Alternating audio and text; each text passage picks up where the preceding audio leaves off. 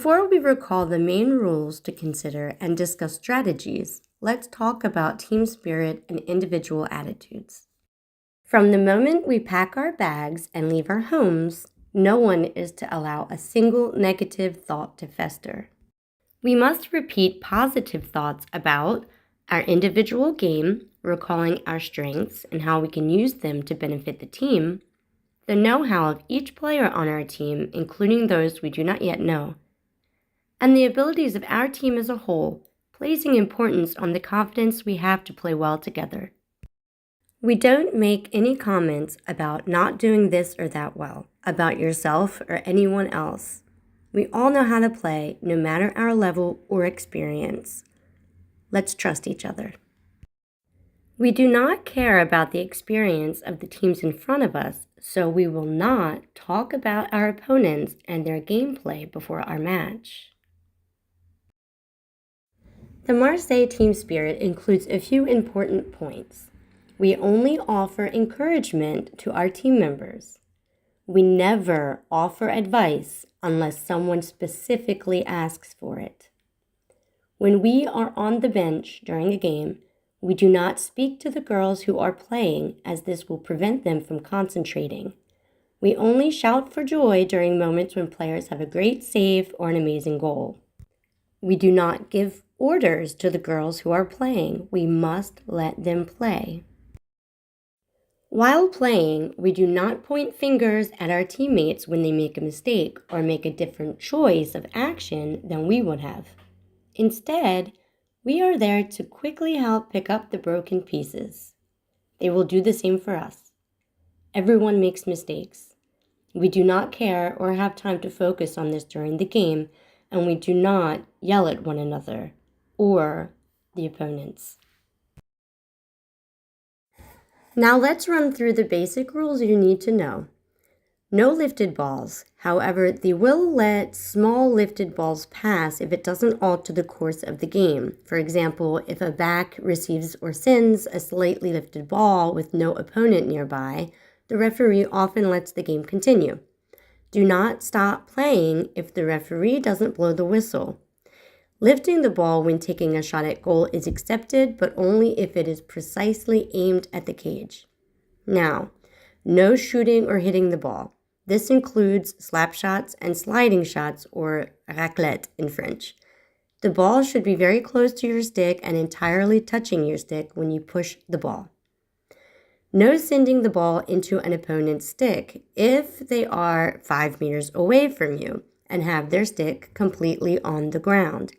Do this twice and you'll get carded. No closing in the ball carrier. You must always leave a space for the ball carrier to play the ball. This is most especially important when we are in our zone, our circle. No sliding. If you are playing the ball and slide, you'll be called. If you play the ball and slide afterward, it's okay. This is usually accepted when you shoot on goal. Do not slide at any other time on the pitch. You are also not allowed to play while on the ground. No intentionally slowing down the game. When a foul is made, we must attempt to play the ball quickly. However, if we make player changes at this time, which we should if we have the ball, we need to move very quickly. Now, no running in front of an opponent to prevent them from playing the ball. I hope, playing now in N1, this will be called severely. Always run with them on the inside. Inside means between the opponent and our cage. You must be 3 meters away from the opponent giving a free hit. Penalty corners. Defenders must be on the outside of the cage and on the opposite side of the opponents sending the ball. We can be 5 defenders with the goalie. There are more rules, but these are the most important for now. Let's talk strategy. We're going to begin with a high press X. Now this can be called a dice or X. And we will begin with the high pressure variant of the X defensive strategy. Whether we play high or low, however, the midfielder is always responsible for putting pressure on the person who receives the ball on the board. At this time, the front player on the same side of the ball comes down to assist the midfielder in a 2-on-1 attack. Until this takes place, the midfielder must block the pathway from the offending back player with the ball and our cage. You can see in the high press X, the front player facing the ball puts pressure on the opposing back player. At the same time, our other front player steps back toward the midline to encourage a pass and be ready to do a 2-on-1 with the midfielder. Our ball side back player should be deeper to anticipate a board hit and cover the space between her front and midfielder. The opposite ball back player should step up and close the space between her front and midfielder. I'm showing you a video by Australia's indoor hockey head coach Steve Willer from 2021. I'll let the clip continue until we get to the low press X.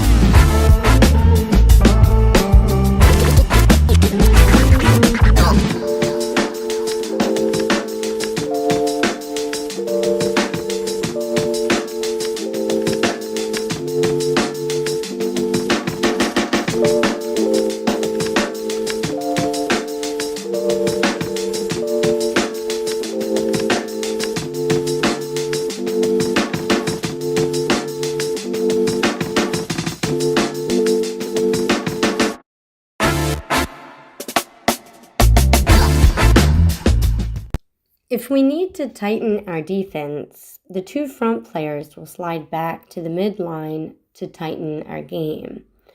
This will reduce the space the opponents can use in the center and allow us more time to attack when the ball comes into our side of the pitch.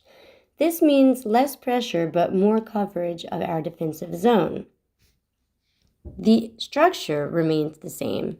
The distance is the only thing that's modified.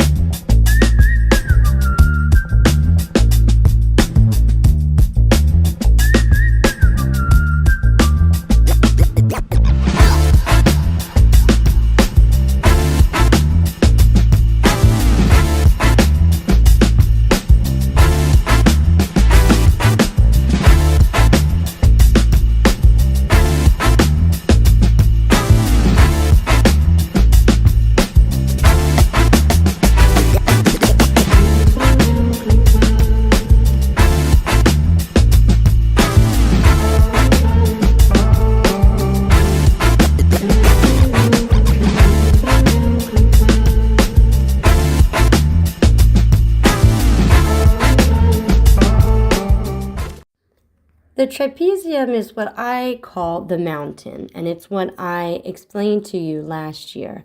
This is for an emergency situation, and depending on the degree of the emergency, it's a 3 defender, 2 attacker configuration, 3 in the back, 2 up front. In this case, the front players are responsible for the board on their side. They are equally responsible for the center of the field and must dose their position according to where the ball is at any given time. As the opponent's back players pass the ball back and forth, our front players must hold strong the center of the pitch and not worry as much about the boards. They must play in our zone without passing the mid-line. The midfielder, however, acts as a third back and remains between the left and right back fielder.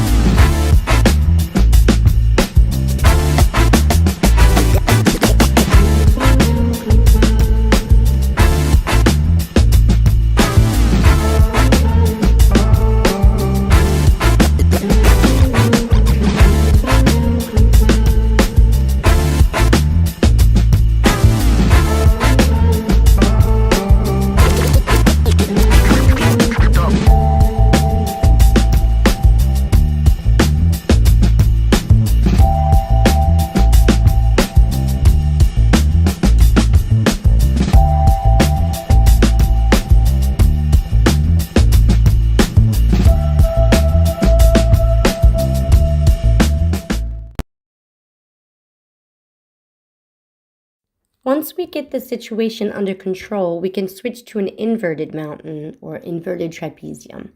The midfielder will be the one to decide when and if we do this. The only difference is the midfielder will move up to be on the same line as the front players, and we're in a 2-3 configuration. The front players retain the responsibility of covering the board when necessary.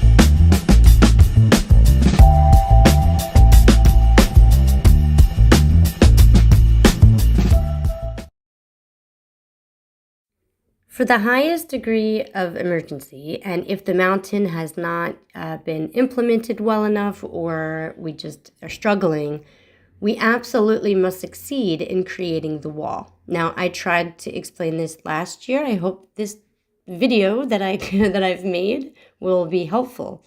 The midfielder and 2 front players control the center of the pitch on the same line in between the midline and the top of our circle. This goes back and forth in accordance with the ball, but always remains center focused. It means they do not concentrate on the boards. They only concentrate on the center of the pitch. The backs are the ones who will control the boards.